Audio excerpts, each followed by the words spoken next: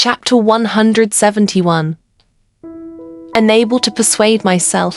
3 days later, Jia Yishan accompanied Xiaoying to the company. She really couldn't convince Liang Qiaoan not to participate in the spokesperson selection, let alone herself. Say had a couple series of products that were constantly being updated.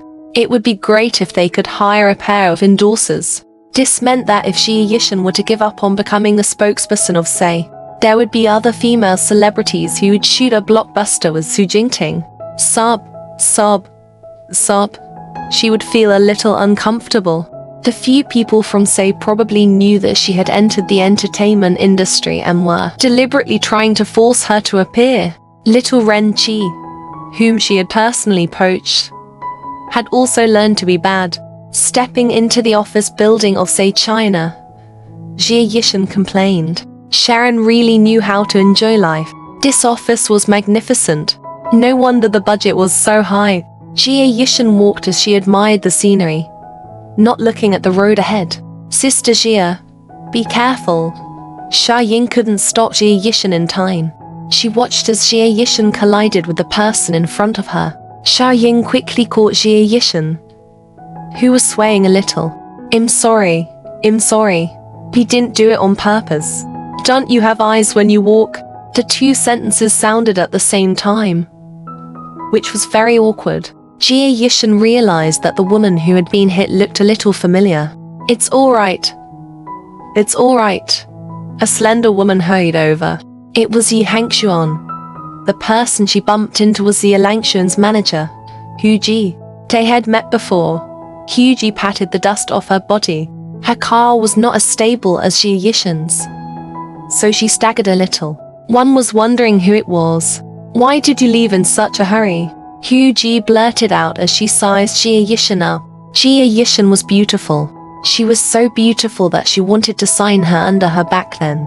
Unfortunately, she was not smart enough to be with Liang Qiaoan. What made her even more furious was that Jia Yishan was actually among the candidates for the spokesperson of Say. She had finally helped Yi Hangshuan get this endorsement opportunity, but she didn't expect Jia Yishan to have a part in it as well. Although Say was a brand that had just moved into Beijing, it was quite famous overseas. Before this brand was introduced to Beijing, many girls in Beijing would go to buy it from a purchasing agent. The future of Say was immeasurable. Being able to get the endorsement of Say would also be of great benefit to his popularity.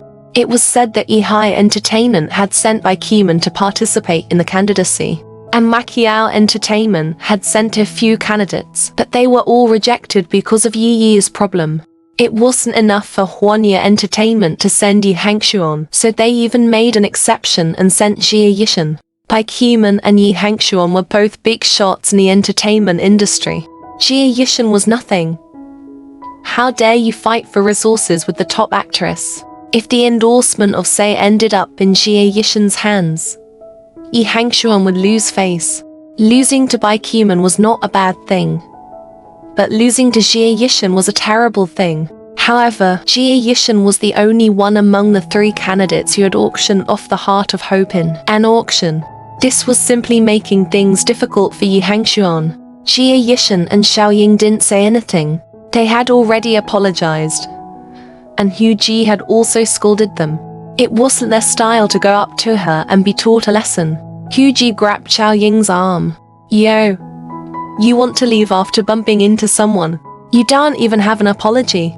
Hu Ji had access to first-hand resources in the company, and her performance was good. She was used to being domineering. When Xiaoying saw her, she did not dare to say anything. She wanted to pull her arm out, but she could not. She was so anxious that she was about to cry.